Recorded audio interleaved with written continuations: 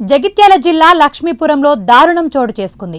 లక్ష్మీపురానికి చెందిన భార్య భర్తలు మల్లయ్య సత్తవ్వ దంపతుల మధ్య కొంతకాలంగా గొడవలు జరుగుతున్నాయి. భార్య నిద్రిస్తున్న సమయంలో కత్తితో గొంతు కోసి గొడ్డలితో ఆమె శరీరాన్ని ముక్కలుగా నరికారు.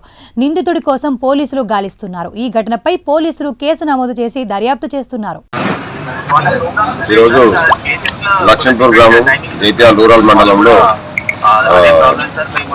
ఒక వివాహితను తన భర్త చంపడం జరిగింది.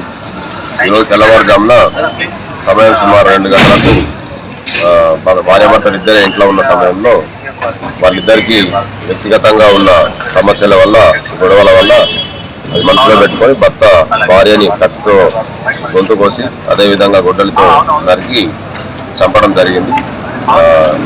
మేము సంఘటనా స్థలానికి వెళ్ళి ఎస్ఐ గారు నేను ఇప్పుడే బాడీ షిఫ్ట్ చేయడం జరిగింది. ఈ చనిపోయిన వ్యక్తికి 2 పిల్లలు ఉన్నారు. వాళ్ళు హైదరాబాద్లో చదువుకుంటున్నారు. వాళ్ళు వచ్చిన తర్వాత తదుపరి కార్యక్రమాలు పిటిషన్ తీసుకున్నాం, కేసు రిజిస్టర్ చేసినాం. చంపిన వ్యక్తి ఎవరైతే భర్త అక్యూజ్ ఉన్నాడో అతను పరారీలో ఉన్నాడు, త్వరలో పట్టుకుంటాం. ఈ దర్యాప్తు అనంతరం మిగతా విషయాలు తెలియజేస్తామని తెలియజేసుకుంటున్నాం. Thank you.